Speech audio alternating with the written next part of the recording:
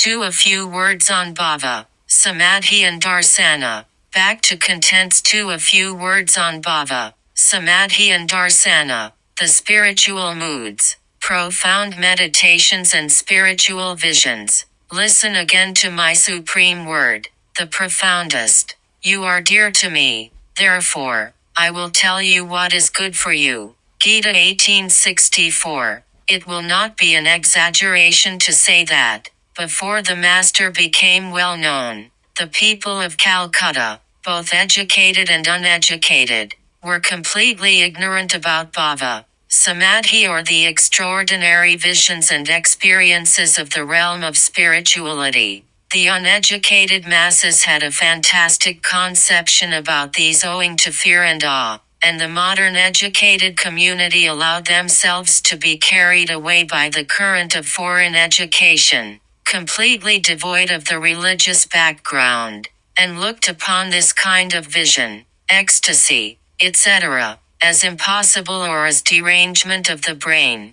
The bodily changes due to ecstasy, belonging to the domain of spirituality, appeared in their eyes to be a fainting fit or a peculiar disease. Although conditions have changed to a great extent, very few people are, even now, really able to understand the inner meaning of Bhava and Samadhi again. It is necessary to have a fair knowledge of the nature of Samadhi in order to understand, even to a very small extent, the state of Bhavamukha, in which Sri Ramakrishna was always dwelling. Hence we shall now try to explain a little of these to the reader. 1. Samadhi is not a disease of the brain. What the people in general do not experience is called by us an abnormal state, but the subtle experiences of the spiritual world can never be objects of knowledge for the ordinary human mind. Such experiences require instruction,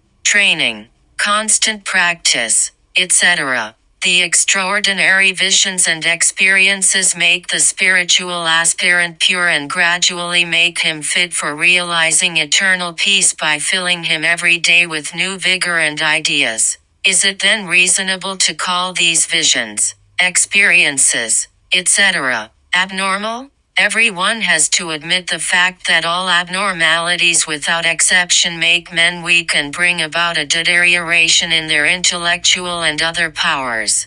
As the effect of the visions and experiences of the spiritual world is quite the opposite of deterioration, it must be admitted that the cause of all these is also opposite, and therefore these cannot be called diseases or derangements of the brain. 2. It is by Samadhi alone that one attains spirituality and eternal peace. It is through these visions, etc., that special spiritual experiences have always been gained. But a man cannot be fit to realize the eternal peace till he reaches the nirvikalpa state through the cessation of all mental modifications, and the non-dual state of consciousness becomes natural to him. As an example of this, Sri Ramakrishna used to say, when a thorn runs into the body, one has to take it out by means of another and then throw away both, forgetting the Divine Lord. Man has come into this abnormality, the world. The abnormalities of sights, tastes, etc., gradually get attenuated by those visions and experiences, which ultimately led man to the knowledge of non-duality. He then feels blessed by knowing the truth of the Rishi's utterance.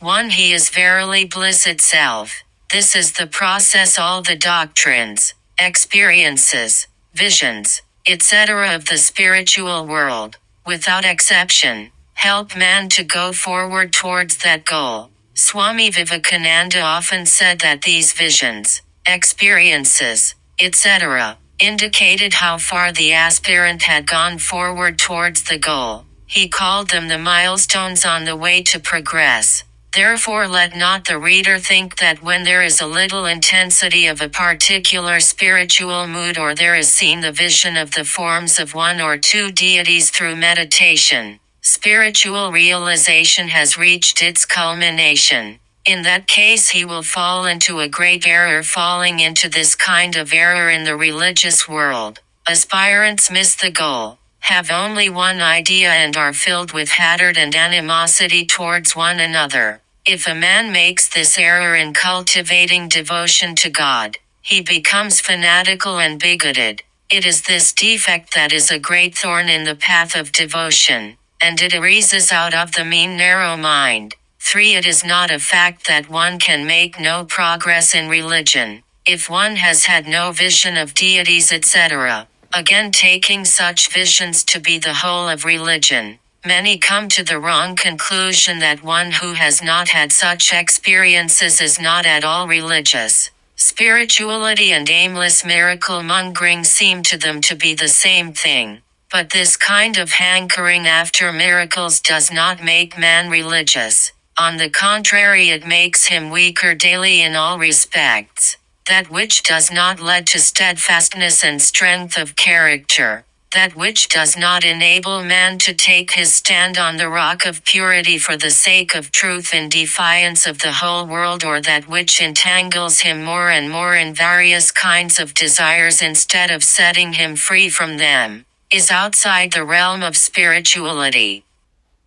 If extraordinary visions have not produced such results in your life and nevertheless you are having those visions, know that you are still outside the realm of spirituality and that they are due to a diseased brain and so are of no value. If, on the other hand, instead of having wonderful visions and experiences, you find yourself acquiring strength, know for certain that you are on the right path and that you will also have these visions and experiences at the proper time, for faith, renunciation and strength of character are the signs of the realization of spirituality. Finding that some of the devotees of Sri Ramakrishna were experiencing ecstasy while he, though he had been visiting the Master for a long time, had had no such experience, a friend one of ours felt much perturbed, and going to him with tears laid bare to him the distress of his heart.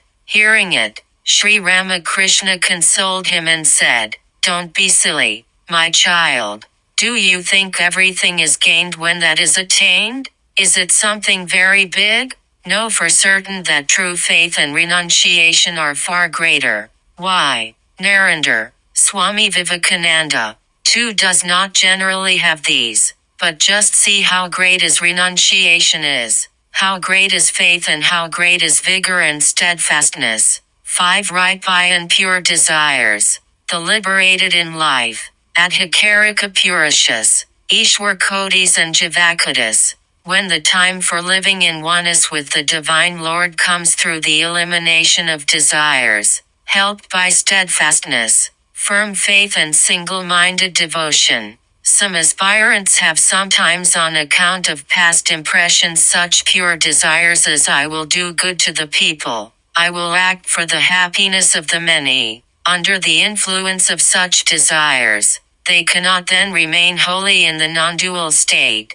They come down just a little from that high plane of consciousness to the realm of I and mine again. But that I-ness of theirs lives in constant unbroken consciousness of an intimate relation with God, such as "I am a servant, a child or a part of him that I can no more devote itself day and night to lust and gold, knowing that God is the quintessence of everything, that I does not any more hanker after the enjoyment of worldly objects such as sight, taste, etc. It draws at will upon as little of the experience of those objects as is conducive to the realization of that end and no more. Those who were once in worldly bondage, but have now attained perfection by means of sadhana and are living the rest of their lives in some loving relation with the Divine Lord, are known to be liberated in life. It is those who are endowed from their very birth with the consciousness of such a special relation with God and have never in this life fallen in bondage like ordinary men that are termed in the scriptures as adhikarika purishas, Ishwar kodis, ever free ones and so on again. There is a class of sadhakas, who, after attaining the non-dual state of consciousness, never come down from that state even for the purpose of doing good to humanity. They are spoken of as Jivakatas, and we have heard from the Master that it is these who are the greatest in number. 6. The experience of non-dual consciousness differs in degree in different persons. Again, there is, amongst those sadhakas who, having experienced the non-dual state in Samadhi, come down thence for doing good to humanity, a difference in degree in their experience of oneness with the cause of the universe. Some of them have merely seen the sea of consciousness from a distance. Some have gone near and touched it, and others have drunk but a few drops. Sri Ramakrishna said by way of illustration, Narada, the seer among gods, saw that sea from a distance and came back. Sukadeva touched it but thrice, and Siva, the spiritual teacher of the world, took 3 sips only and lay devoid of consciousness of the external world. Becoming one with the non-dual consciousness even for a short time is what is called nirvikalpa samadhi. 7. With the deepening of the devotional moods, such as shanta, dasaya, etc., comes savikalpa samadhi. Just as there are differences in the experiences of the non-dual state, there are differences in the experience of the devotional moods such as shanta, dasaya, sakhya, vatsalaya, etc., all belonging to the lower strata of consciousness, leading the aspirants ultimately to the non-dual state. Some become blessed by fully experiencing the one or the other of these states, while others have just a glimpse of it. The full experience of any of these devotional moods has been termed in the scriptures on yoga as savikalpa samadhi. 8. Bodily changes are inevitable with changes in mental or spiritual moods. The aspirant gets wonderful bodily changes, spiritual visions, etc., in all kinds of spiritual states of consciousness, in the higher non-dual state as well as in the lower savikalpa states. Again, these visions and transformations are seen to be different in different individuals. These changes are observed in some people after only superficial experiences, while very little of these is observed in others even when they have profound experiences. In illustrating this, Sri Ramakrishna used to say, if a couple of elephants get into the water of a small pool, the water is thrown into a violent agitation and it overflows. But the water in a vast lake remains as still as ever even when scores of them get into it. Nor is it a fact that mere bodily changes, visions, etc., are inevitable signs of the depth of ecstasy. 9. How to ascertain higher and lower ecstasies. If, however, the depth of spiritual experiences has to be measured, it must be inferred, as said before, from one's steadfastness, renunciation, strength of character, the attenuation of desires for enjoyment, etc. It is by means of this touchstone alone and by no other means that the amount of dross in ecstasy can be assessed. One thing, therefore, is very clear, namely, the complete picture of the fully developed stage of one or other of the moods of shanta, dasaya, sakhya, vatsalaya and madhira can be seen in those persons alone who have realized their nature to be pure, awakened and free, by giving up all kinds of desires, and not in those who are entangled in the desires for lust and gold. One blinded by desires feels the attraction of desires only. How can such a one feel the sentiments towards God experienced by minds free from the slightest tinge of desire? 10 incarnations alone can fully experience all these spiritual moods. Example, the Master's Samadhi.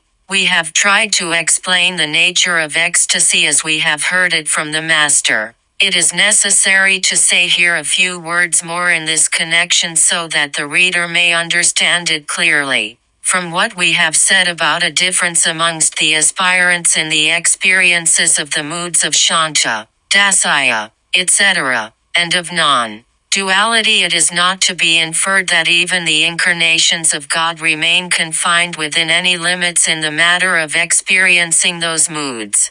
They can at will manifest fully in themselves any of these devotional moods. Again, they can, by adopting the non-dual mood, proceed so far in the experience of their oneness with God that it is not in the power of any mortals, Jivan Mukta, ever free or Isvara Koti, to do so. For having once proceeded far in the experience of their oneness with bliss itself, ordinary mortals cannot come down again to the realm of I and mine by separating themselves from the bliss itself.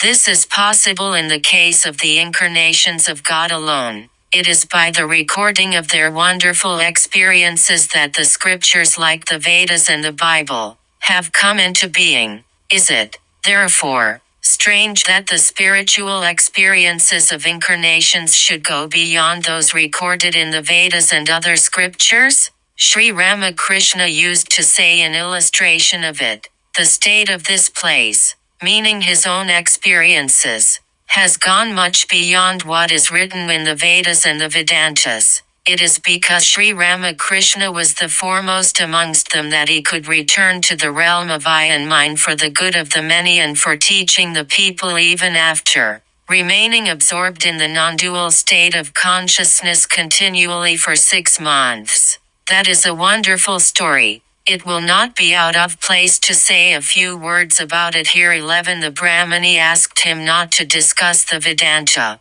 On the 3rd day of his initiation in sannyasa by Tota Puri, the master attained the ultimate realization of nirvikalpa samadhi or complete oneness with God, spoken of in the Vedanta. By that time the master had finished the disciplines according to the Tantras, and the learned Bhairavi Brahmani, the master spoke of her as Bhamni, who had collected necessary articles for these sadhanas and taught their applications, was living at Dakshineshwar. We have heard from the master that the Bhairavi forbade him to mix with Tota Puri and said, "My child, do not mix so much with him. These people lack devotion. Your love and affection for God will then vanish." But the master did not pay heed to her advice and used to be absorbed night and day in the discussion of the Vedanta and its realization. 12. The master's determination to dwell always in the nirvikalpa plane,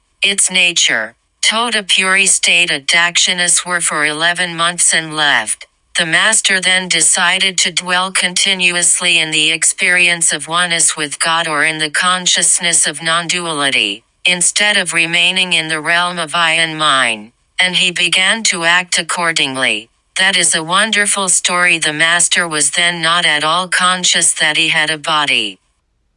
Even ideas necessary for maintaining the body, like those of eating, sleeping, answering calls of nature, etc., did not cross his mind, not to speak then of desires like talking with others. Neither did the ideas I and mine, you and yours have any existence in that state.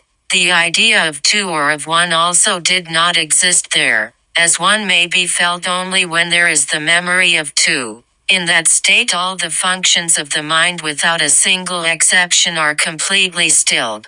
A perfect calm prevails. There exists only an indescribable something of the nature of eternal consciousness and bliss, incomparable, transcending all limitations, eternally free, nameless, limitless like ether, without parts, devoid of all ideas, an infinite immensity, untouched by cause or effect, a mood beyond all moods which a man of self-knowledge is conscious of in his heart during the profound concentration of mind called samadhi, one bliss and bliss alone. It has no direction, no space, no object, no form, no name. There abides alone the bodiless self or the nature peculiar to itself, indescribable and blissful. It abides as a mood beyond all moods and ideas which exist within the domain of mind and intellect, a state beyond all states, which the scriptures speak of as a sport of the self with the self.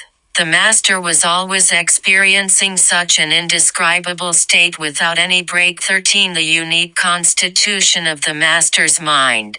The master said that no worldly object or relation acted as an obstacle in the path leading to his experience of the nirvikalpa samadhi according to the Vedanta. 4. He had verily renounced for her sake all kinds of desires from his mind. While offering everything to the mother, he had said, "Mother, here is thy knowledge and here is thy ignorance. Here is thy good and here is thy evil. Here is thy vice and here is thy virtue. Here is thy fame and here is thy calumny. Grant me pure devotion to thy lotus feet and show thyself to me." Thus had he renounced all kinds of desires for enjoyment out of pure love for her and in order to have a direct vision of her holy feet. Can we ever imagine of doing this even to a small extent? Leave aside having a direct feeling of that divine love for love's sake. Even if ever we say to God, "Here it is, O Lord, whatever is mine," immediately afterwards, when we require it, we oust him, call all that mine and calculate our profit and loss regarding it. When we do anything, we think of what people will say. We get agitated in many ways and restlessly run after many things. Thinking of the future, we alternate between the abyss of pain and the height of pleasure. We have this deep-rooted egoism in us, that if we cannot overturn the whole world to make it yield to our selfishness, we can at least give it a sufficient twist to serve that end. But the Master's was not a cheat's mind like ours. So the moment he said, "Here it is, O Mother, whatever was given by you," his mind never since that instant cast a covetous glance at it. Never did he have such subtle repining, as word has already been given. What can I do now? It would have been all right had it not been given. This is why we see that the Master could never call mine whatever he once said he had given to the Mother. 14. The Master's devotion to truthfulness. We would like to say another thing in this connection. The Master could not say to the Divine Mother, "Here is thy truthfulness and here is thy untruthfulness, O Mother," though he made to her an offering of everything belonging to his mind and body, merit and demerit, vice and virtue, good and evil, fame and calumny and the like. Once the Master himself told us the reason of it. "If I give up truthfulness in this way," said the Master, "how can I keep the truth that I have offered everything to the Mother of the universe?" Ah, how great a devotion to truthfulness have we seen in the Master, though he indeed surrendered everything else to the Mother. If he once said he would go to a place, he was there without fail at the proper time. If he once said he would accept a thing from a certain person, he could not take it from anyone else. When he happened to say that he would not eat a certain thing or do a certain action, he could not from that day on eat it or do it. One who has devotion to truthfulness, said the Master, realizes the God of truth. Mother prevents his words from turning untrue. Ah, how many illustrations of this point have we not seen in the Master's life? We would mention a few here. 15. First example. One day it was arranged at Dakshineshwar that the highly devoted Gopala's mother should cook rice for the Master and feed him. Everything was ready. The Master sat down to take his food. He found the rice hard, not properly boiled. The Master was annoyed and said, "Can I eat this rice? I will not take rice out of her hands anymore." When these words came out of the Master's mouth, everyone thought that the Master had only warned Gopala's mother in order to make her careful for the future. It was impossible to imagine that he would not take rice any more out of her hand. Seeing that he had so much love and respect for her, he would forgive her a little later, and there the matter would end. But the contrary happened, for the Master had shortly afterwards a disease in his throat. It became gradually so acute that he could not take rice anymore. In this way circumstances conspired to make that casual remark of his come true. 16. Second example. One day, while he was in a spiritual mood, the Master said at Dakshineshwar, "I shall not eat anything except porridge henceforward." The Holy Mother was bringing his food to him at the time. Hearing this and knowing that any word coming out of the Master's mouth never proved untrue, she felt nervous and said, "Why, I shall cook for you rice and soup. Why porridge? No, porridge were the words uttered by him in that spiritual mood. Soon after, he got the throat disease, and it turned out that none of the preparations that are generally taken with rice could be taken by him. He lived on porridge, milled barley, and the like. 17. Third example. The master specified the well-known Sambha Chandra Malik of Calcutta, who was generous and wealthy, as the second of the four suppliers of his provisions. He had a garden near the Kali temple of Rani Rasmani. There he used to spend much time with the master in discussing the divine. There was in that garden his charitable dispensary. Sri Ramakrishna suffered often from stomach troubles. Coming to know of this one day, Sambhu advised him to use a small dose of opium every day and asked him to take it from him before he returned to Rasmani's garden. The master also agreed afterwards. Engaged in conversation, both of them forgot it. 18. The Universal Mother did not allow him to take a wrong step. He bade goodbye to Sambhu and came to the road. When he remembered it, he came back to take the opium, but found that Sambhu had gone into the inner apartment. Instead of calling him, the master asked his manager for it, and having got a little, was returning to Rasmani's garden. But as soon as he came to the road, he felt a sort of reeling and could not see the road. His legs were drawn, as it were, into the drain by the road. He said to himself, "What is this?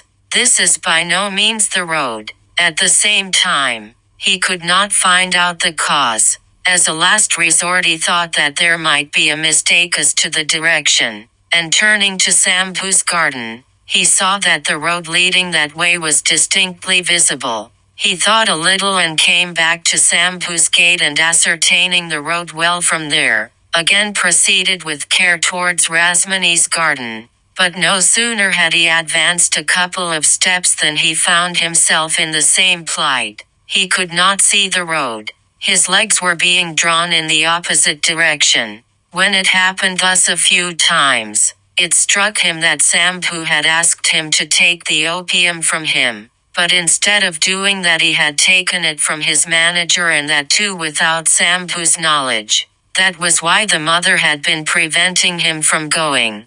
The manager should not have given it without Sambhu's orders, and he too should have taken it from Sambhu himself, as he had been asked to do. But as it was, two wrongs, theft and lying, were being committed by him. That was why the mother was preventing him from returning. Thinking thus, he came to Sambhu's dispensary and found that the manager also had gone. Therefore, he threw the packet of the opium through the window and said in a loud voice, "Hello, here is your opium." Saying so, he started towards Rasmani's garden. This time he did not have that reeling, and the road was clearly seen, and he reached the garden without difficulty. "Have I not," said the master, "completely taken refuge in the mother? That is why mother has taken hold of my hand. She prevents me from taking a single wrong step." There are many such examples in the master's life of which we have heard. Ah, what a wonderful thing! Can we even imagine the least bit of such devotion to truthfulness and such entire dependence on God? Is it this kind of dependence on God of which the master spoke again and again to us in the following parable? In that part of the country, Kamarpukur, there are ridges by the fields.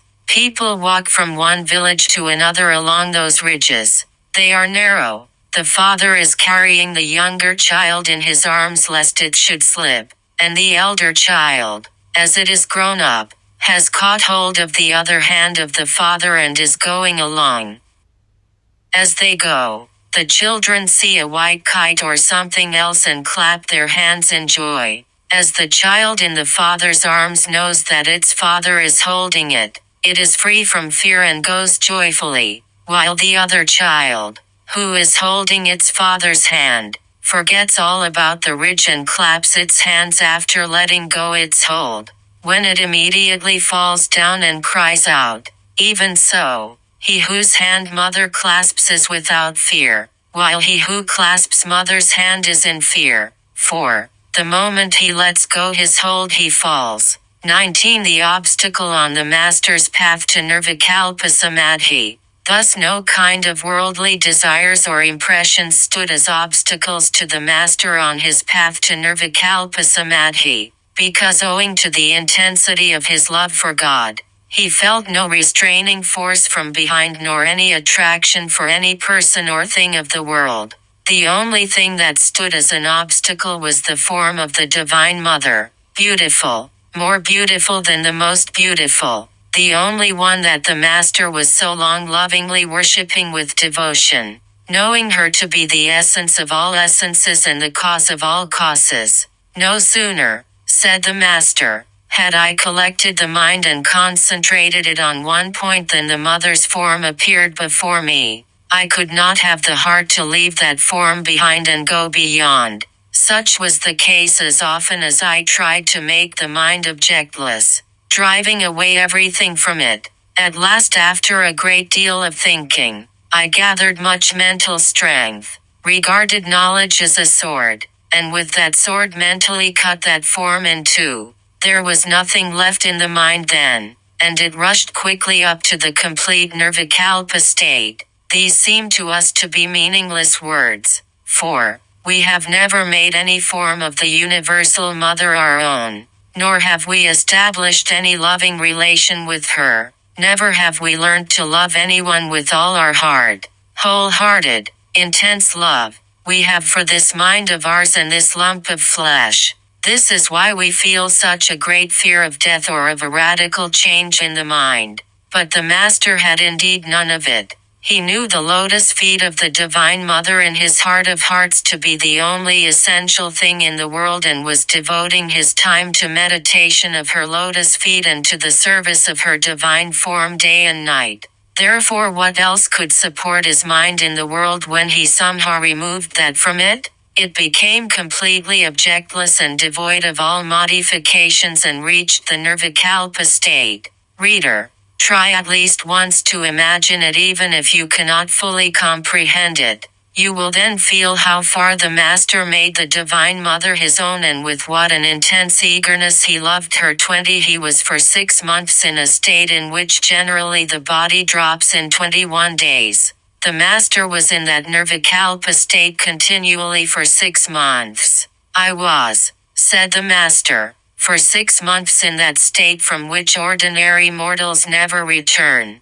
The body lives for 21 days only and then falls like a dry leaf from a tree. There was no consciousness at all, of time, of the coming of day or the passing of night. Just as flies enter into the nostrils and the mouth of a dead man, so they entered into mine. But there was no consciousness. The hair became matted on account of accumulation of dust. Calls of nature were perhaps answered unconsciously. Could the body have lived? It would have succumbed at that time. But a holy man came then. He had a small stick like a ruler in his hand. He recognized my state as soon as he saw it and knew that much of Mother's work was yet to be done through this body. Much good would be done to many if only it could be saved. Therefore he would carry food in time and, by striking this body again and again, would try to bring it back to consciousness.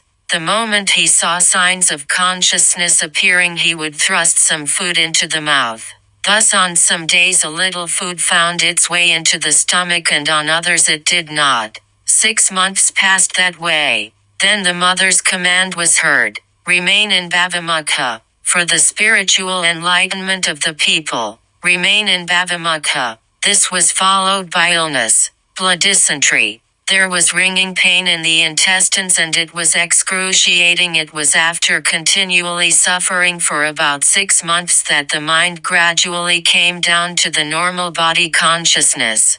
Before that it used to go up and reach that Nirvikalpa state ever and anon. 21. What the captain said about the Master's Samadhi. As a matter of fact, we are informed by those who had the good fortune to meet the Master some 10 or 12 years before he passed away, that even then they rarely heard him speak. for he used to be in continual ecstasy for all the 24 hours. And who could be there to speak to?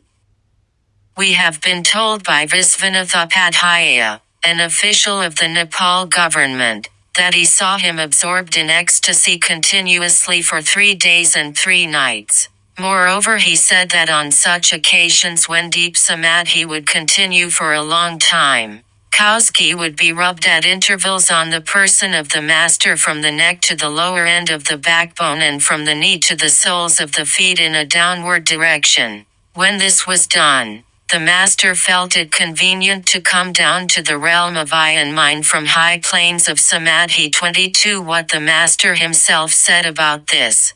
The master himself said to us on many occasions, the natural tendency of this mind is upwards towards the nirvikalpa plane.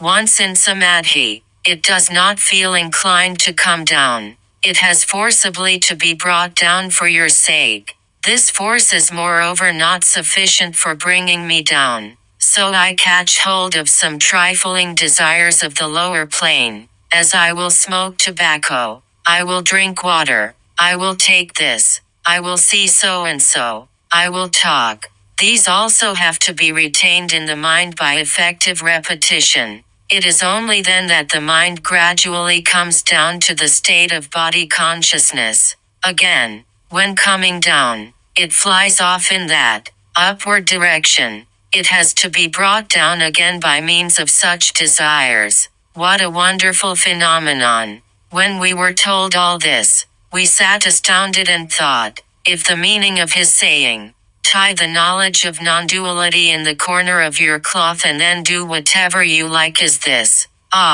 what a fine hope have we of realizing it in our lives. We find that the only way for us is to take refuge in him and wait for his grace. But when we try to do so, we are faced with difficulties in a short time.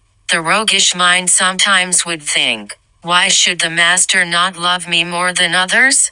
Why should he not love me as much as he loves Narendra? In what respect am I inferior to him? And so on. So much for the master's mental makeup. Let us now follow the main topic 1. 23. Views of the East and the West on bodily changes produced by ideas. We shall now try to touch on a few aspects of the spiritual consciousness of higher planes and of the nature of samadhi, as far as we have understood them from the master's teachings, and then pass on to explain the state of bhavamukha. We have clearly mentioned that some kind or other of bodily changes is sure to accompany any ideas, higher or lower, arising in the mind.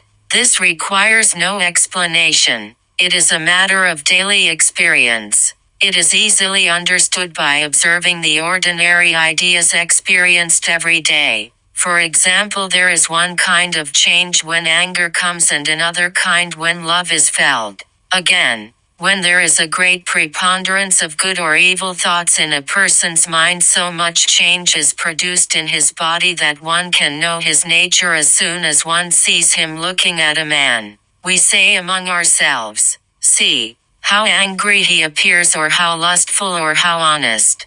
These daily expressions are clear proofs of our contention. Again, many of us must have observed how the appearance and gestures of even a person of perverted nature and of hideous appearance become gentle and free if he spends continually, say, a period of 6 months, for some reason or other, in thinking holy thoughts and living a good life. The Western physiologist says, whatever may be the nature of an idea that comes to your mind, it will forever leave a mark in your brain. Your character is built more or less of the aggregate of these two kinds of impressions, good and bad, and you pass for a good or a bad character accordingly. 24. Kundalini, the coiled power, the repository of the past impressions, how they are destroyed. But the yogis and rishis of the East, especially of India, say, those two kinds of ideas do not stop with merely impressing two kinds of marks in the brain, but they get transformed into subtle powers of impulsion and abide eternally in the sacral plexus called the basic center. Muladhara, situated at the lower end of the vertebrae from where they urge you to do good or bad deeds again in the future. It is this center that is the repository of these powers of impulsion accumulated in past lives. These are what are called impressions or past impressions, and it is only by the direct realization of the Divine Lord or the attainment of Nirvikalpa Samadhi that these can be destroyed. Otherwise, at the time of leaving one body for another, mortals carry with them this bundle of impressions, just as the wind carries smell from its receptacle. 1:25 The relation between body and mind. This intimate relation, spoken of before, between the body and the mind continues to exist till the attainment of the knowledge of non-duality, or what may be called the direct realization of God. The body reacts on the mind and the mind on the body. Again, like the relation between the body and the mind of the individual, there exists the relation between the body and the mind of the whole of mankind, the aggregate of the individual bodies and minds. My body and mind react to the actions of your body and mind, and vice versa. Thus do the external or gross world and the internal or the subtle world stand eternally related and are continually acting and reacting on each other. It is therefore noticed that you feel grief where others are in grief. Similarly, a mood of devotion comes to you unnoticed in the company of devotees. This holds good everywhere. 26. Holy company should be kept, as ideas are infectious. It follows therefore that, like physical disease and health, ideas or mental modifications are also infectious. They travel to persons of the requisite receptivity. That is why the scriptures have so much eulogized the company of holy men for infusing love of God into human minds. For the same reason, the Master used to say to new visitors, "Frequent this place. In the beginning one should pay more frequent visits here." 27 Bodily change due to concentration of mind. The spiritual moods arising out of intense love of God similarly cause extraordinary physical changes. For example, when this kind of love grows in the mind, the aspirant feels less attracted towards sense objects like sights, tastes, etc., takes less food and sleep, develops a taste for certain kinds of food, distaste for others, feels a desire to shun like poison his relations, worldly connection with whom deflects him from the Divine Lord. The Master used to say in this connection, "I could not then bear the very atmosphere of worldly people, and felt when in the company of relatives, as if my breath would stop and the soul leave the body." And again he would say, "The Mahavayu, the nervous vibration due to deep spiritual concentration in the body of a man who calls on God sincerely cannot but rush to his head." 28 The harmony between the paths of devotion, bhakti, and concentration yoga. It is therefore clear that the mental changes or ideas that are produced on account of the love of God have, each of them, a corresponding bodily picture or form. The Vaishnava scriptures took into consideration the mental changes or spiritual moods and have divided them into 5, namely, Shanta, Dasaya, Sakhaya, Vatsalaya and Madhura, while the scriptures on yoga have dealt with the bodily changes caused by those ideas or spiritual moods and have described the coiled power, the 7 centers, etc., in the backbone and the brain. 29 What is the coiled power? Its states of working and sleeping. We have to a certain extent acquainted the reader with what is called the coiled power, Kundalini. The great seers who have written treatises on yoga have given this name to that great power of impulsion which expresses itself through the physical counterparts of all the mental modifications that a mortal has undergone in all the past lives and is still undergoing in the present. The yogi says that it remains almost completely asleep or unmanifest in mortals who are in bondage. It is in this sleeping state of the coiled power of impulsion that the mental modifications such as memory, imagination, etc., are rendered possible. If by some means or other it gets fully awakened or manifested, it leads a man to the realization of infinite knowledge and through it to the direct vision of God. If it is asked how memory, imagination, etc., can arise from the sleeping coiled power, our answer is, although asleep, it gets a sort of momentary awakening through the nervous vibrations communicated to the brain through the doors of sense organs by external objects like sights and tastes. Just as the hand of a sleeping man bitten by a mosquito automatically strikes it or rubs the bitten part of the body. 130. The progress of the awakened coiled power, the piercing of the six centers and samadhi. The yogi says that the Supreme Self or the Divine Lord who is indivisible existence knowledge bliss resides in its own nature of pure consciousness in the space or the ether existing in the aperture 2 in the crown of the head. The coiled power has a great attraction for it, or to put it in another way, the Divine Lord is continually attracting it, but as it is not awake, the coiled power does not feel that attraction. The moment it is awakened, it will feel that attraction of the Divine Lord and approach Him. The path leading the coiled power to the Divine Lord also exists in the body of each of us. Starting from the brain, this path comes straight through the backbone down to the lowest center Meru chakra called the basic or Muladhara, situated at the lower end of the vertebrae. This path has been spoken of in the scriptures on yoga as that of the spinal canal Sushumna Vardhana 1. The Western physiologist has described this as canal centralis, but has not so far discovered its function or utility. It is by this path that, separated initially from the Supreme Self, the coiled power came from the brain down to the basic center and has been lying there asleep. It is by this path again that this power arrives at last at the brain, crossing one after another the six centers, situated one above the other within the backbone 2. As the awakened coiled power passes from one center to another, the aspirant begins to have novel experiences, and as soon as it reaches the brain, he realizes the ultimate experience of the supreme knowledge of religion. In other words, he reaches the consciousness of non-duality, the oneness of the self with the Supreme Self. It is then that the aspirant has the ultimate experience of his particular devotional mood. It is then that he becomes one with that great idea from which all ideas are arising every moment in human minds. That idea beyond all ideas. 31. The Master's experience regarding this. How very simple were the words by which the Master explained to us these intricate facts of yoga. You see, said he, something goes up creeping from the feet to the head. Consciousness continues to exist as long as this power does not reach the head, but as soon as it reaches the head, all consciousness is completely lost.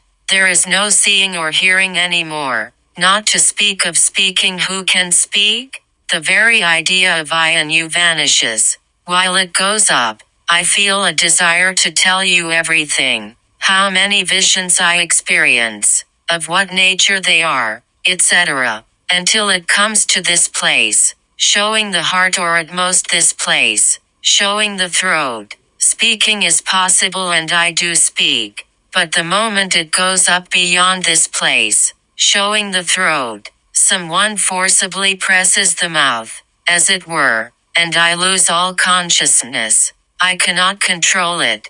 Whenever I try to describe what kinds of visions I experience when it goes beyond this place, showing the throat, and think what kinds of visions I am witnessing, the mind rushes immediately up, and speaking becomes impossible. 32. His attempts at describing the experiences during Nirvikalpa Samadhi. How many times the Master made fruitless attempts to control himself with great effort in order to reveal the nature of the visions, experiences, etc. he had when his mind reached the center above the throat. One day, says one of our friends, the Master said very emphatically, I'll tell you everything today and will not keep anything secret. He described clearly the centers and the corresponding experiences up to the heart and the throat, and then pointing to the spot between the eyebrows he said, "The Supreme Self is directly known and the individual experiences samadhi when the mind comes up here. There remains then but a thin transparent screen separating the Supreme Self and the individual self. The sadhaka then experiences." Saying this, the moment he started to describe in detail the realization of the Supreme Self, he was plunged in samadhi. When the samadhi came to an end, he tried again to describe it and was again in samadhi. Finally, after repeated attempts, he said to us with tears, "Alice, I have indeed a desire to tell you everything without concealing anything whatsoever. But in spite of all my efforts, Mother did not allow me to speak. She pressed my mouth. We were surprised and thought, ah, how strange it is. We see he is trying so much to tell us, and we realize that he is feeling pained also, that he is by no means able to express himself. That woman, the mother, is surely very naughty. Ah, why press the mouth when he is to speak of holy things? Things about the realization of God. Did we then understand that the mind, intellect and the like, with the help of which speaking becomes possible, have not a very long range? And again, did we then understand that the complete realization of the Supreme Self could not be attained if one did not go beyond this range? Did we then understand that the Master was trying to make the impossible possible on account of his love for us? 33. The coiled power has 5 different kinds of movement on the path of samadhi. The Master used to describe in detail the nature of the experiences he had when the coiled power went up through the canal centralis. "Look here," said he. "The something that goes up to the head producing a tingling sensation does not always do it in the same manner. It has 5 kinds of motion as described in the scriptures. 1. The motion like that of ants. Just as ants carrying food in their mouths creep along in a line, there begins a creeping sensation at the feet. It then goes slowly up till it reaches the head. When there is samadhi. 2. The motion like that of frogs. Just as frogs hop twice or thrice and then rest, and again they do so twice or thrice and then rest, and so on they proceed. A similar sensation is felt to move from the feet in the direction of the head, and as soon as it reaches the head, there is samadhi. 3. The motion like that of snakes. A snake lies motionless in coils or at full length, and the moment it sees a prey or is frightened, it wriggles zigzag to the prey or its place of hiding. A sensation like that is felt going upwards direct to the head. When it reaches there, one goes into samadhi. 4. The motion like that of birds. A bird at the time of perching comes flying, sometimes a little high, sometimes a little low, stops nowhere and reaches its destination straight. When it takes rest, a sensation with similar movements is felt proceeding to the head, which culminates in samadhi. 5. And the motion like that of monkeys. Just as a monkey, when it goes from one tree to another, jumps from branch to branch suddenly and reaches the destination in 2 or 3 jumps, so a sensation is felt to reach the head in 2 or 3 jumps, and samadhi follows. 34. The 7 planes described in the Vedanta and the Master's words on the spiritual experience in each of them. About the visions in each center while the coiled power goes up by the passage of the Sushumna, the Master used to say, the Vedanta speaks of 7 planes. The experiences in these planes differ from one another. The mind normally moves up and down in the 3 lowest planes. Its attention is fixed to the anus, the organ of generation, and the navel, to eating, dressing, coition and the like. If, however, it happens to transcend those 3 planes and reaches the heart, one has the vision of light. But although the mind rises sometimes to the heart, it comes down to the 3 lower planes again. If anyone's mind goes up to the throat, he cannot speak on any mundane topics. He will speak only of God. In those days, I felt as if I was struck on the head with a stick when anyone spoke of worldly matters. I would fly to the Panchavati where I would not have to hear the talk on those topics. I would feel frightened and would hide myself when I saw worldly people. Relatives appeared to me to be enemies trying to push me down into deep pits, and if I fell once, I might not get up again. I felt suffocated. It seemed I was at the point of death. I could have peace only when I fled from them. The mind might come down again to the anus, the generating organ, and the navel, even though it had reached the throat. One should even then be alert. If, however, anybody's mind reaches the spot between the eyebrows, he has no more fear of a fall. He then has the direct knowledge of the Supreme Self and remains continually in Samadhi. There is only a screen, transparent like glass, separating this center from the thousand-petaled lotus one in the brain, the Sahasrara. The Supreme Self is so near then that it seems as if one is merged in him, identified with him, but the identification is yet to be. If the mind comes down from here, it comes at the most down to the throat or the heart. It cannot come lower down.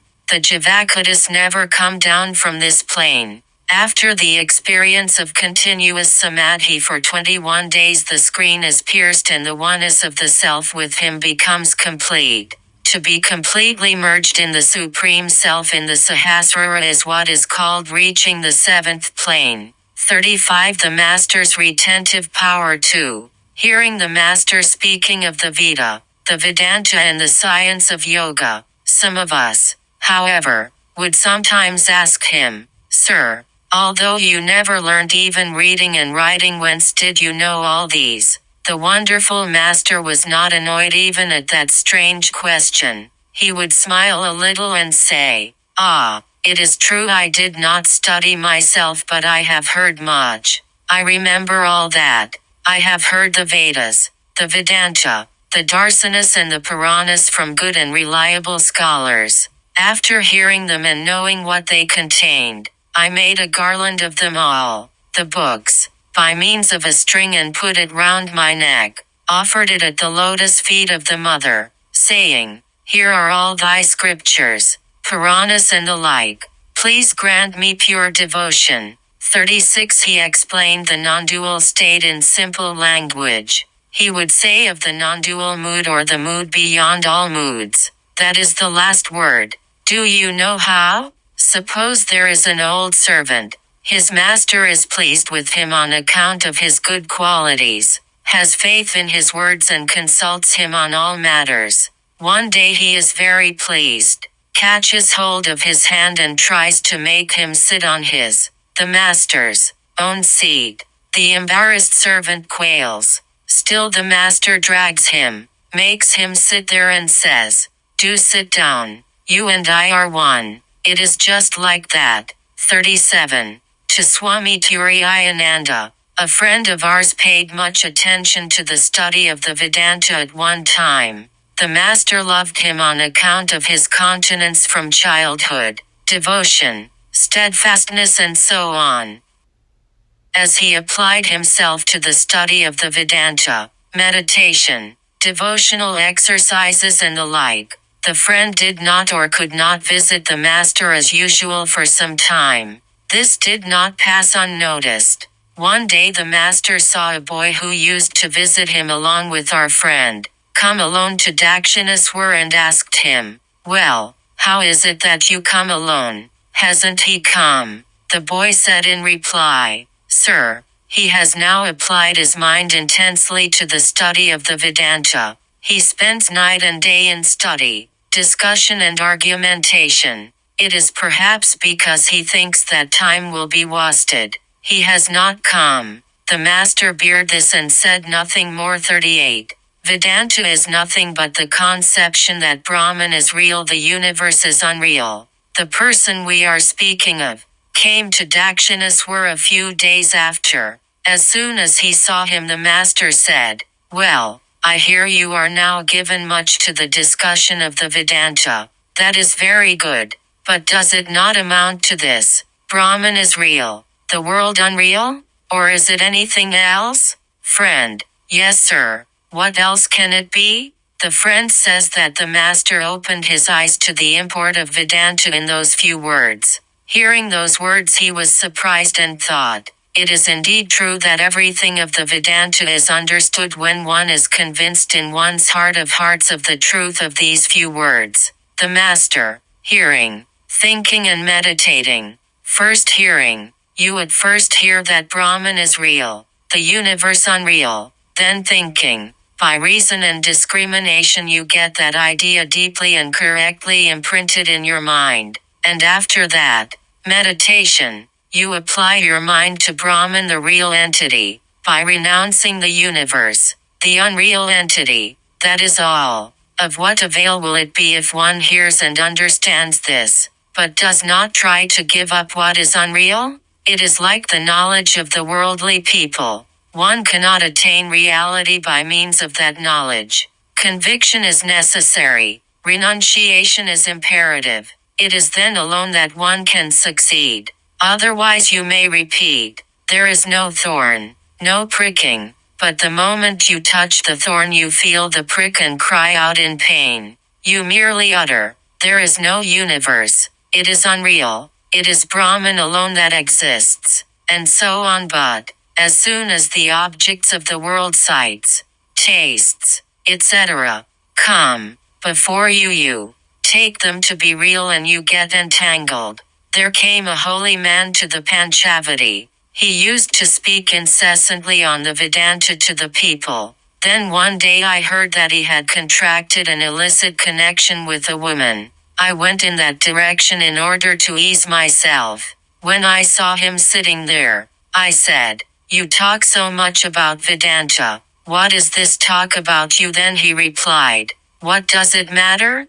I can make it clear to you that there is no harm in that. When it is a fact that the world is unreal in the past, present and future, will my action alone be real? That is also unreal." I was annoyed when I heard this and said, "Fie on your knowledge of Vedanta. That is the kind of knowledge which the worldly people have of Vedanta. That knowledge is no knowledge at all." There the conversation ended.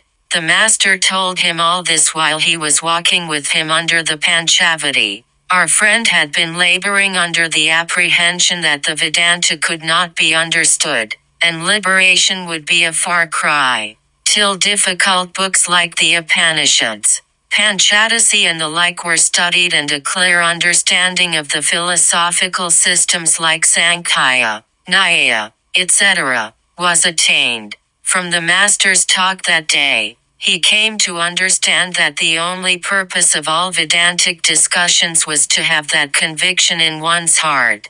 One might read basketfuls of books on philosophy and logic, but if one did not have the firm conviction, Brahman alone is real, the world unreal, it would make no difference whether one studied them or not. He bade goodbye to the master and returned to Calcutta, deciding that he should thenceforward apply his mind more to the practice of spirituality than to the study of books. Determined to know God direct through spiritual practices, he now applied himself wholeheartedly to them. Whenever the master came to the house of anyone in Calcutta, the news of his coming spread in a short time to the devotees of the inner circle. No one in particular took the responsibility of spreading it among all, but the hearts of the devotees were extremely eager to see him, so much so that if, prevented by business, they could not go to Dakshineshwar to meet him, they would very often visit one another's house and derive great joy in conversing about him. If anyone amongst them somehow came to know of the master's arrival, the news would travel automatically from mouth to mouth and spread amongst them all. It is very difficult to explain to the reader how through the master's grace the devotees were bound by an indescribable bond of love. It was in the quarters of Bagbazar, Simla and Ahiridala that many of the master's devotees lived.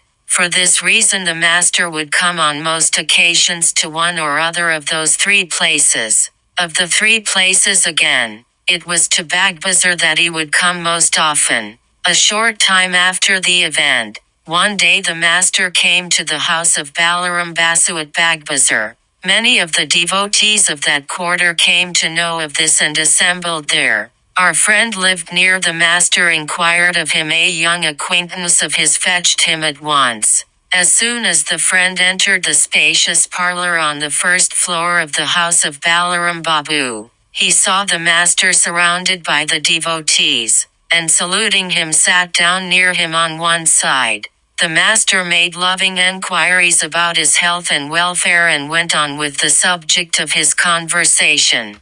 From a word or two the friend understood the drift of the discourse. The master was emphasizing that nothing whatever, be it knowledge, devotion or direct spiritual experience, could be achieved without God's grace. As the friend was listening, it struck him that the master had introduced the topic in order to remove the misconception of his mind, and the whole discourse was meant for him. Only 39.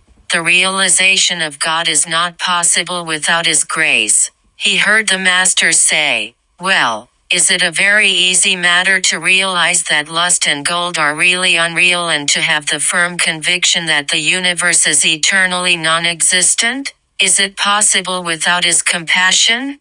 It is possible only if His grace produces the conviction in us. Can a man have that conviction by his own effort? Ah!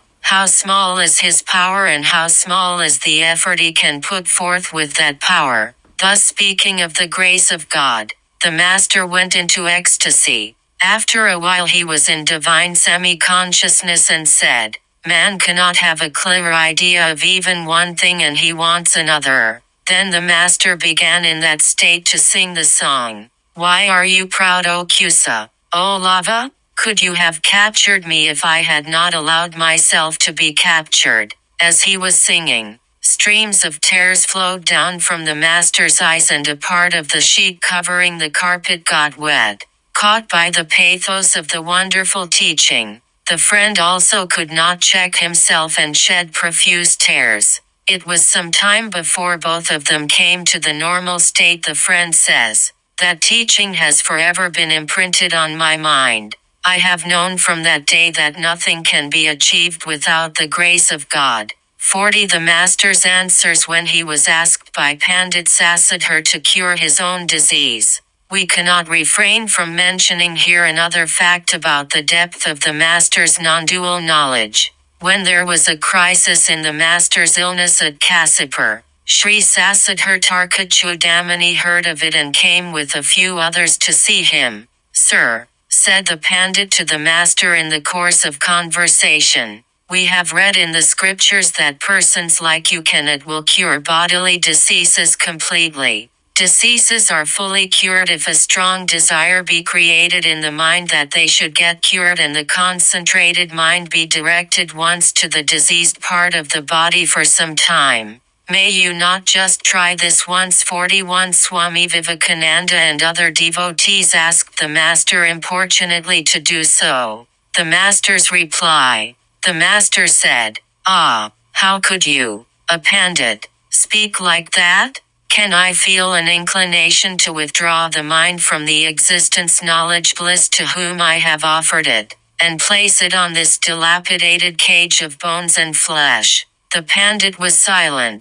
Swami Vivekananda and other devotees, however, did not remain passive.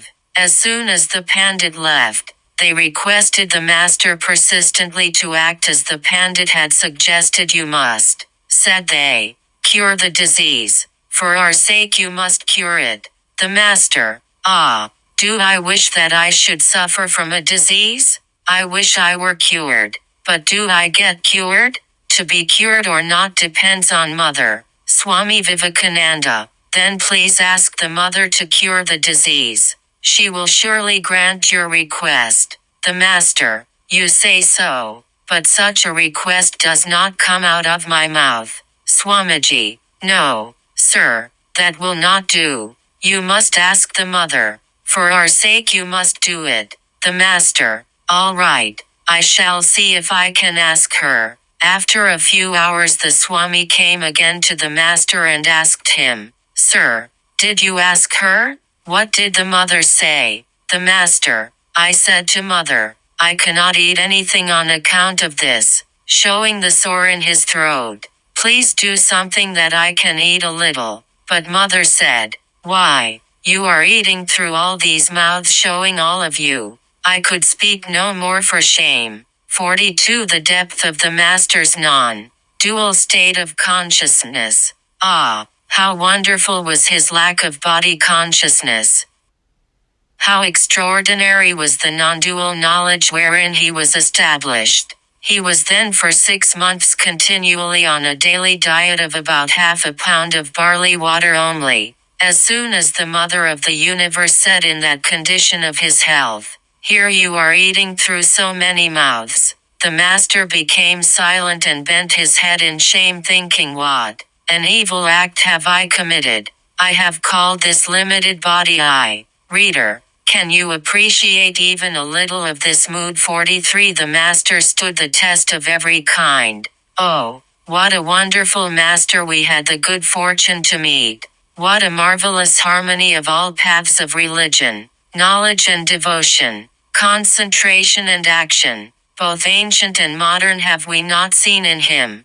The rishis, the authors of the Upanishads, say that a person who is a true knower of Brahman knows everything and all his thoughts and desires come true. He becomes a satya sankalpa. All objects and powers of the external world obey his desires implicitly and undergo corresponding changes. Is it to be wondered at that his own body and mind will also do the same? It is not in the power of ordinary people to test the truth of that saying. But then it may well be said that the manner in which we, of small powers as we are, always used to test the master in all things did not perhaps allow of any loophole for disbelief.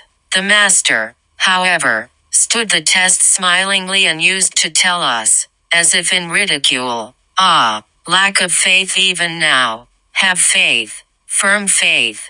The very one who became Rama and Krishna is now within this sheath, showing his own body, but this time the advent is incognito, like the supervision of his own kingdom by a king in disguise. As soon as there is publicity or whispering he moves away from that place. It is just like that. 44 The things experienced ideally by the master proved to be true in the external world. Many events of the master's life open our eyes to the truth of the above-mentioned saying of the Upanishad. All the ideas that arise in a man's mind are truly known to himself alone. That is, he alone can gauge their amount, intensity, range, etc. Others merely infer them from external signs. The subjective nature of these ideas is within the direct experience of all. All know that, like the ideas of ordinary persons, those of men who experience Samadhi are also mere modifications of mind or manifestations of mental powers. They arise in the mind and merge in it. It is impossible to see or show their counterparts in the external world. But the reverse of it is noted in many of the ideas of the master. Take, for example, his desire to put up a fence round the Panchavati when he saw that the plants planted by him were cropped by cattle. Shortly after, there was a high tide in the Ganga and all the articles necessary to make that fence, some mangrove posts, rope with even a chopper came floating and ran aground just near the spot, and he put up the fence with the help of the gardener of the Kali temple named Bhartadhari. Take another example, his assertion in the course of an argument with Mathuranath, the son-in-law of Rasmani, that anything can happen by the will of God. A plant producing red flowers can yield a white flower too, and the latter's refusal to accept the proposition. The very next day the master saw 2 flowers, one red and the other white, on 2 twigs of the same branch of a China rose in the garden. He broke the branch with the flowers and handed it over to Mathuranath. Take again another example. The arrival at the Kali temple at Dakshineshwar of a perfected person in each of the faiths of the Tantra, the Vedanta, the Vaishnava, Islam, etc., and the initiation of the master by each in his particular faith. Whenever a strong desire to practice any of those faiths arose in the master's mind, or, still another example, the master yearned to meet his inner circle of devotees whom he had seen in visions long ago and called them, and they came and he recognized and received them. Many such instances may be cited. On a close scrutiny of the subject, these facts make it clear that many of the ideas of the master did not end like those of ordinary human minds in mere mental modifications, but produced corresponding changes in the events of the external world through the influence of an inscrutable power. These were the facts. Now let the readers judge and discuss everything as they like. 45 The master had different relations with different devotees. We have already said that the master used to remain in the Bhavamukha one at all times except during the Nirvikalpa Samadhi. This is why we see that he used to have different spiritual relations of love with different devotees, a particular relation with a particular devotee, and he always kept that relation intact. His lifelong filial relationship with all women who are the special manifestations of the bliss-giving and nourishing aspects of the Mother of the Universe is now well known to all. But the fact that he had particular relationships with individual men devotees is perhaps not yet generally known. Therefore it will not be out of place here to say something in this connection. The master divided his devotees into two broad categories, one born of a part of Shiva and the other of that of Vishnu. He said that the devotees of these two groups differed in their nature and behavior and in their love for spiritual exercises, and he could clearly understand the difference. But it is almost beyond our power to explain to the reader what this difference was. 46 The two classes of devotees. Therefore, let the reader know this much, that the characters of Shiva and Vishnu are, as it were, two molds or models, and the mental makeup of the devotees is cast in these two molds. The master had all kinds of spiritual relationship of love, viz., Shanta, Dasaya, Sakhaya, Vatsalaya, etc., established with all those devotees. He had particular relations with particular persons. For example, he used to say of Narendranath, Narendra is, as it were, my counterpart. The principle that resides within this, showing himself, is female, and that which is within him, showing Narendranath, is male. He looked upon Swami Brahmananda as his very son. The master had a particular relation of this nature with each of the special devotees, both lay and monastic, and it is needless to say that he had the relation of calmness Shanta with the ordinary devotees, for he had the firm conviction that they were forms of Narayana himself. 47 The master knew the inner nature of each devotee and established his relationship with him accordingly. It is on knowing the internal nature of each of the devotees that the master had a particular spiritual relationship established with him, for he used to say, I clearly see everything in a man's mind like articles in a glass case. One can never act contrary to one's nature. Therefore it was not in the power of any of the devotees to act contrary to that spiritual relation of love in which the master stood to him. If, however, anyone, in imitation of another, acted contrarily, the master felt much annoyed and would clearly point out his mistake. As an example, we cite the case of a devotee the master called Girish a Bhairava. One day he saw during his ecstasy in the temple of Kali that Girish was a Bhairava. He would smilingly put up with Girish's importunities and rude language, for he saw that there was an extraordinary tender feeling and complete dependence hidden under the covering of the rudeness of his language. One day, Another beloved devotee of the master imitated Ganesha's rude language in his behavior with him, at which the master became extremely displeased with him and afterwards pointed out his mistake. 48 Through various means did the master lead the devotees forward on the path of spirituality. Established in Bhavamukha, the master knew well the spiritual mood natural to each man or woman, and in accordance with that mood had a relation of love with him or her.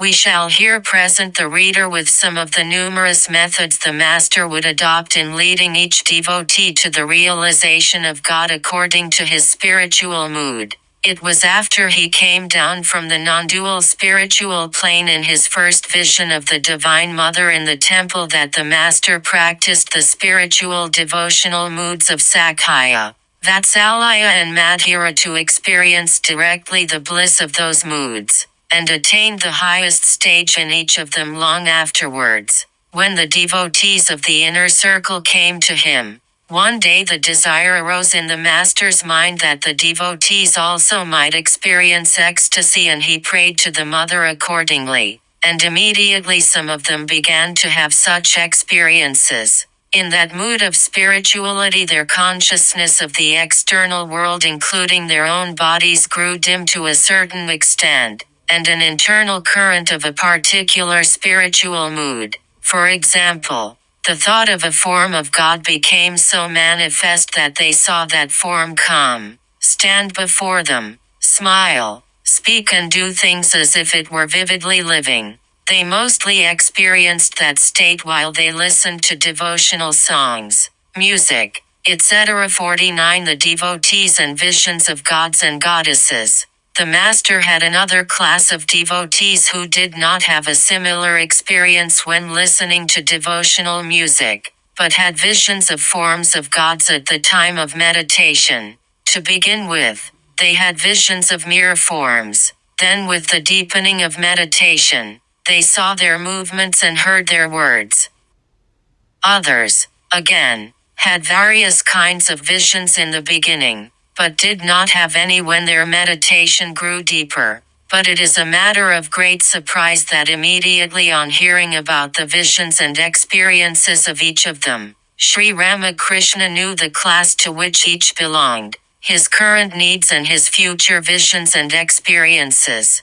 Let us mention here one devotee as an example instructed by Sri Ramakrishna. One of our friends began practicing meditation and other spiritual exercises and in the beginning began to see clearly his chosen ideal in various forms at the time of meditation. He used to go to the master at Dakshineshwar at short intervals and inform him of his experiences. On hearing of them the master would say, "Very good. Practice this way." And so on. 50 A devotee had the vision of Vaikuntha. Later, that friend saw at the time of meditation that all the forms of gods and goddesses merged in the body of one form. When the master came to know it, he said, "Fine. You have the vision of Vaikuntha, you will have no more vision." Our friend said, "As a matter of fact that was what exactly happened. I could not any longer see any form whatever during meditation. Higher ideas such as the all-pervadingness of the Divine Lord arose in my mind and occupied it. I had then a great liking to have visions of forms and tried hard to have them again, but all to no purpose. No form could be seen any more." 51 The master's instruction to the devotees of God with forms, silk thread and the sacrificial lamp. At the time of meditation, said the master to the devotees who believed that God had forms, "Think that you have tied with a silk thread your mind to the lotus feet of your chosen form of God, so that your mind may not stray away from there." Why do I say silk thread? Because those lotus feet are indeed very soft and delicate. They will be hurt if any other kind of string is used. He would sometimes say, "Should one think of the chosen ideal at the time of meditation only and then forget him at other times? You should always keep a part of the mind attached to him." You must surely have noticed that a sacrificial lamp has to be lighted at the time of the worship of Durga. That light should always be kept burning near the deity. It should not be allowed to go out. If it does, it augurs ill for the householder. Even so, after the chosen ideal is brought and seated on the lotus of the heart, the sacrificial lamp of meditation on him should always be kept burning. While one is engaged in worldly duties, one should watch at intervals whether that lamp is burning within or not. 52. Wash the mind out before meditation. Sometimes he would say, in those days before beginning to meditate on the chosen ideal, I imagined that I was thoroughly flushing out the inside of the mind. You see, there exist various kinds of dirt and dust, bad thoughts and desires, within the mind. I imagined that I was washing them off and was then making the chosen ideal sit there. Do just like that. 53. Which doctrine higher, God with forms or God without forms? The Master spoke to us at one time about the meditation on the two aspects of the Divine Lord, the one with forms and the other without forms. Some reach the formless aspect through that with forms. Others attain that with forms through the formless. At the house of the great devotee, Girish, a friend one of ours, one day asked him, Sir, which is higher, the conception of God with forms or that without forms? There are, replied the Master, two kinds of conception about the formless aspect, the ripe and the unripe. The ripe conception of the formless aspect of God is high indeed. One has to reach that through the aspect with forms. As regards the unripe conception of the formless aspect, it is all darkness as soon as one shuts one's eyes, as is the case with the Brahmas. 2. 54. The harmony between the doctrines of the divine with forms and the divine without forms. As the result of Western education, there was also another circle of devotees of the Master, who were proceeding in sadhana through the unripe conception of the formless aspect of God. He forbade them to imitate the Christian missionaries in condemning the meditation on the aspect of God with forms, in hating the devotees going forward in sadhana with the help of images of other symbols of the Divine Lord, and in calling them idolaters, blind believers, and so on. He said, it is true that he is with forms, and it is equally true that he is without forms. Who knows what else he is, besides these? Do you know how God with forms is? Just like water and ice. By freezing, water becomes ice. Ice is water inside as well as outside. Ice is nothing but water. But look here, water has no form. It has no particular shape, but ice has. Similarly, the indivisible existence knowledge bliss absolute gets condensed, as it were, through one's devotion and assumes various forms like ice. It is beyond our power to assess how many people got mental peace through this example of the Master, which produced in them the conviction that it was possible for both the aspects of the Divine Lord to coexist. 55. Swami Vivekananda and blind faith.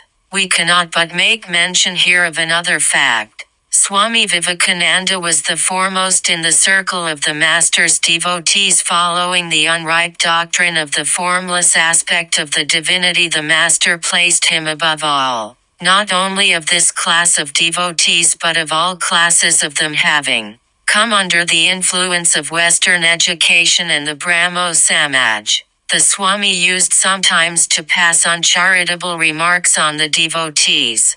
This mood was particularly noticeable in him at the time of argumentation, but the Master enjoyed the fun sometimes by bringing about a vehement discussion between him and some devotees of God with forms. During such discussions it often happened that none could stand his argument and some felt hurt when silenced by his keen intellect.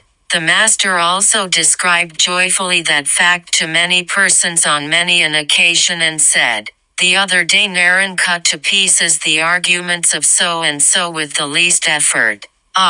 What a sharp intellect," and so on. But the Swami was silenced on one occasion during a discussion with Girish, who followed the doctrine of God with forms. It seemed to us on that occasion that in order to make Gidesh's faith more firm and perfect, the Master was on his side. However, in the course of conversation with the Master on another occasion, Swami Vivekananda referred to the faith of the devotees of God with forms as blind faith.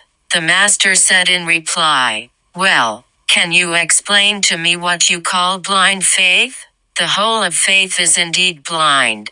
Has faith any eye? Speak either of faith or of knowledge. But no, you will speak of some as blind and some as having eyes. How is that?" said the Swami later. Indeed, I was in a fix in trying to explain to the Master that day the meaning of blind faith.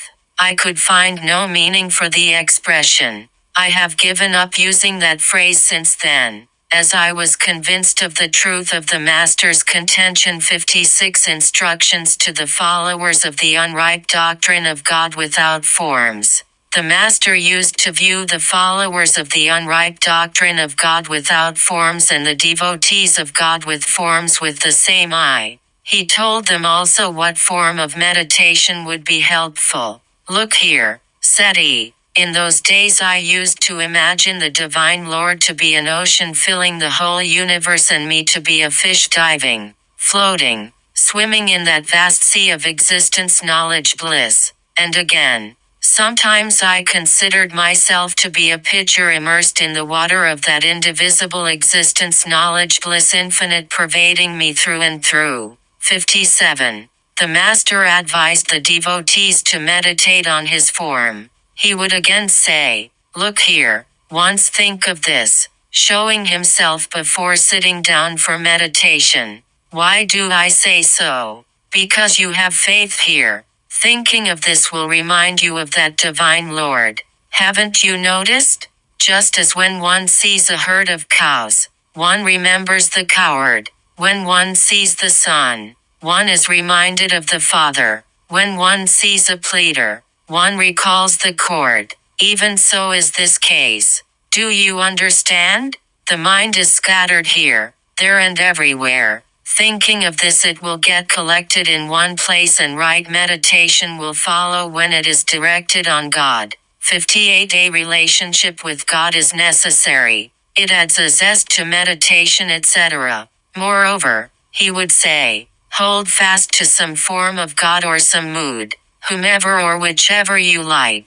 It is then only that there will be steadfastness. He is realizable by means of spiritual mood bhava alone. Can he be realized when one is lacking in them? Spiritual moods are necessary. One should cultivate a particular spiritual mood and then call on him. As is one's mood, so is one's gain. It is faith that is at the root. It is through a mood that love sprouts. Spiritual moods are an imperative necessity. So is faith. It is necessary to hold fast. Then only one succeeds. Do you know what a spiritual mood is? Establishing a relationship with God and keeping it bright before our eyes at all times. At the time of eating, drinking, sitting, sleeping, etc., is what is called a spiritual mood bhava. 59. The ripe eye and the unripe eye. As the relationship deepens, one can exert loving pressure on him. For example, I am his servant. I am his child. I am a part of him. This is what is called the ripe eye, the eye of knowledge. And I am a Brahmin. I am a Kayastha. I am the son of so and so. I am the father of so and so. All these are the eyes of spiritual ignorance. These should be given up, should be renounced. They bring about bondage by strengthening egoism and pride. Constant remembrance is necessary. A part of the mind should always be kept turned towards him. It is then only that success comes. One must make him one's own by holding fast to one particular loving relationship. It is in that way alone that loving pressure can be exerted on him. Just see, when intimacy first starts or is about to start, we address as sir. As it deepens, it gives place to you. When it reaches culmination, you also sounds flat. Then thou, thee become necessary. He must be made more than one's own. Then comes success. 60. The example of a perverted woman. Take, for example, a woman gone astray. She is just beginning to love a paramour. How much of secrecy, fear, coyness is there? Then when the love has grown intense, none of those emotions remain. She then stands outside her family fold, going the extreme length of holding him by the hand in the presence of all. If that man hesitates to take care of her and desires to desert her, she puts a piece of cloth round his neck and pulling him says, "What? I have left home and all and have rendered myself helpless for your sake, and now you seek to desert me? Maintain me, you must." Similarly, a person who has renounced everything for God's sake and made him his own, exerts pressure of love on him and says, "I have renounced everything for you. Say whether you will now show yourself to me or not." 61. I will realize God in this very life. Such strength of mind should be cherished. When he found that the love of God had decreased in anyone, he used to ask, "Why do you say, I shall realize him in the next life? If not in this one should not have such lukewarm devotion. I will realize him by his grace in this very life, this very moment." Such strength, such faith, should be maintained.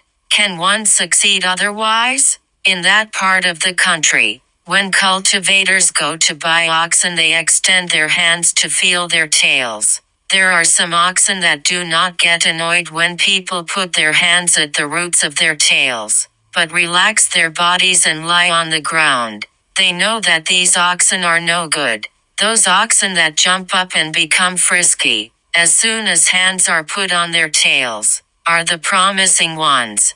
The man then selects his oxen out of them. Lukewarm devotion is no good. Have strength, have faith and say, "I will surely realize him. There is no doubt about it. I will realize him this very moment." It is then and then only that realization comes. 62. Desires must be given up one by one. Give up, he would continue, all the worldly desires one by one. Far from giving these up one by one, you are increasing them. How can you then expect to succeed? 63. Perseverance like that required in angling is necessary. When the devotees of God, both with forms and without forms, were stuck in the quagmire of despondency in practicing meditation, devotional exercises, prayer and the like with no response, the Master encouraged them thus: "Bait must be thrown into the water of the pond first. If one wants to angle for fish, you have perhaps been sitting long with the fishing rod in your hand. No sign of fish is seen and you think there are perhaps no fish in the pond. One day perhaps you notice the flouncing of a big fish and you immediately believe that there are fish in the pond. Another day the float on the line perhaps moves and you believe that evidently a fish has come near the hook. After some days, maybe, the float sinks and you lift the hook and find that the fish has eaten the bait and fled. Again you put bait on the hook and holding the fishing rod you sit very watchfully. One day at last, as soon as a fish has taken the bait, you pull the line and the fish comes up on land. 64. The Divine Lord is quick-eared. He hears everything. He sometimes said, he is very quick-eared. He hears everything without exception. He has heard everything that you said to him in your prayer. He will without doubt show himself some day or other. He will show himself at least at the time of death.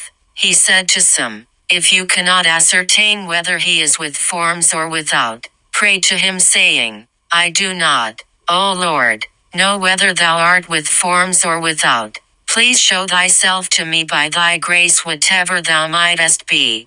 He said to some others, "Verily God is seen, just as you and I are sitting together and speaking. So, he can be seen and spoken with. I say this in truth, in very truth." 65. The Master kept an eye on everything in spite of his great tendency to spiritual moods. If a person remains in the contemplative mood, in Bhava for all the 24 hours. Contemplativeness increases so much that no worldly duties can be performed by him, nor can he apply his mind to the small things of the world. This is what we see everywhere. Examples are found in the lives even of people devoted to science, politics, etc., not to speak of those devoted to spirituality. Ordinarily, such people are unable to attend to the cleanliness of their own bodies or to other small matters like keeping articles of daily use in their proper places. But we see in the Master's life that he was meticulous about even these small matters, in spite of his intense contemplativeness. When he was not so, as in deep ecstasy, he lost consciousness of everything including his body. And when he was in normal consciousness he was careful about everything. This is a matter of no little surprise. We shall cite here 3 instances. 66 First example. One day the Master was going to the house of Balaram Babu from Dakshineshwar, and with him were going Ramlal and Yogananda. All got into the carriage. The carriage started and came up to the gate when the Master asked Yogananda, "Well, have you brought the cloth and the towel?" It was morning then. Yogan answered, "No, sir, I have brought the towel but have forgotten to bring the cloth." They, Balaram and others, will be glad to get you a new piece of cloth. The Master said, "What is it that you talk?" They will say, "What a wretched, unlucky fellow has come." They will be put to trouble and will be in a fix. Stop the carriage. Go and bring it. The Master continued, "There is sufficiency and no want when a good man, a lucky one, comes as a guest. But there arises difficulty in everything.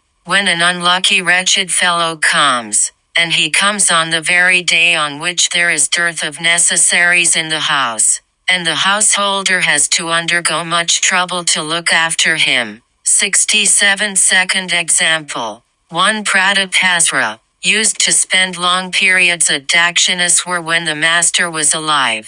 All of us used to call him Hazra Mahasewan. He also sometimes accompanied the Master when he went to see the devotees at Calcutta.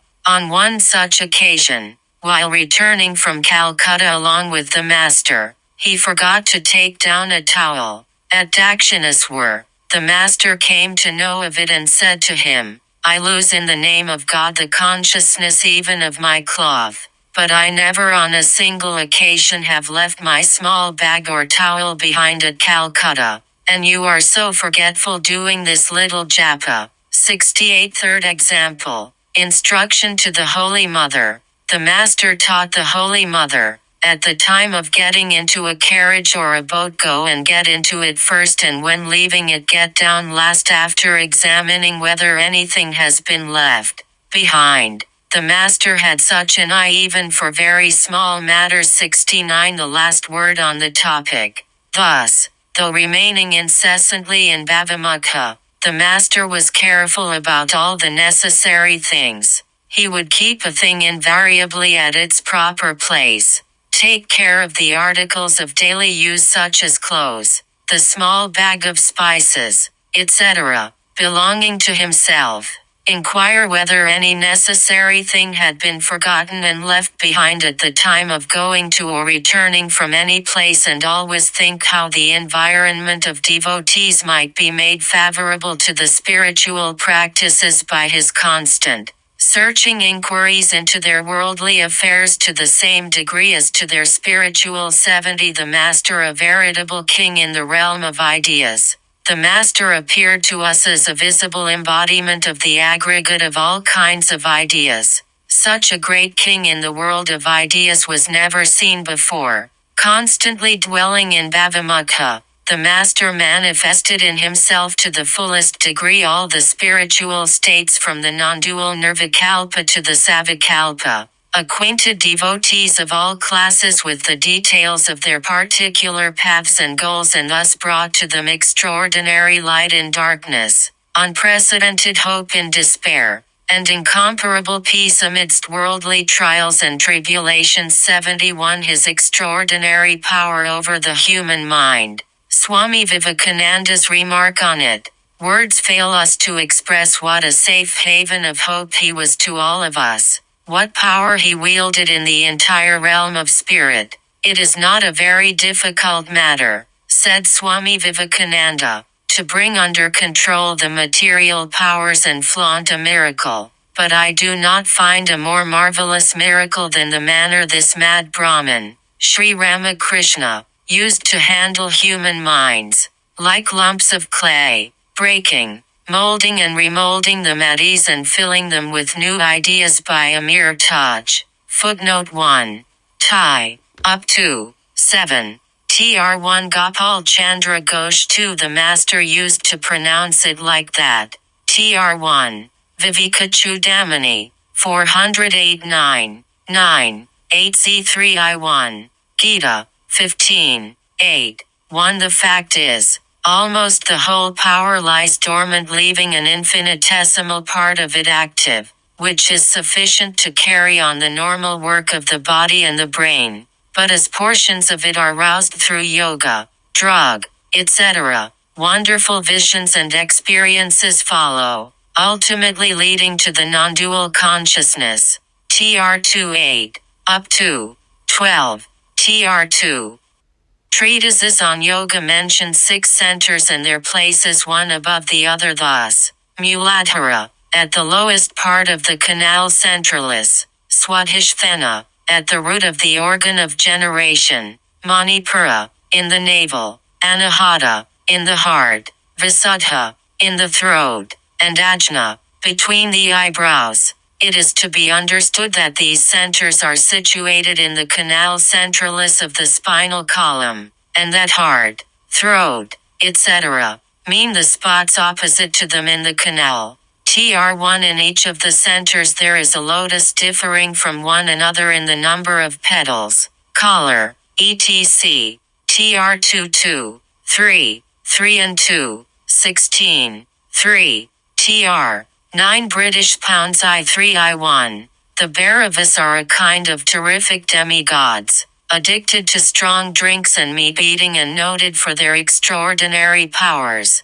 They are devoted followers of Siva. Tr1. Swami Adhedananda 2. Let no one think that the master condemned the modem Brahmo Samaj or the modem knowers of Brahman. We have mentioned it out of regard for TMTH. We have again and again heard him utter the word salutation to the modem knowers of Brahman when he saluted all the devotees of all denominations at the conclusion of the singing of God's name. Everyone knows that it was the great devotee Kesav, the well-known leader of the Brahmo Samaj, who first preached the master to the public of Calcutta, and Vivekananda and a few others of the monastic devotees of the master freely admit that they are indebted forever to the Brahmo Samaj. 1. An honorific epithet added to surnames of gentlemen. Tr.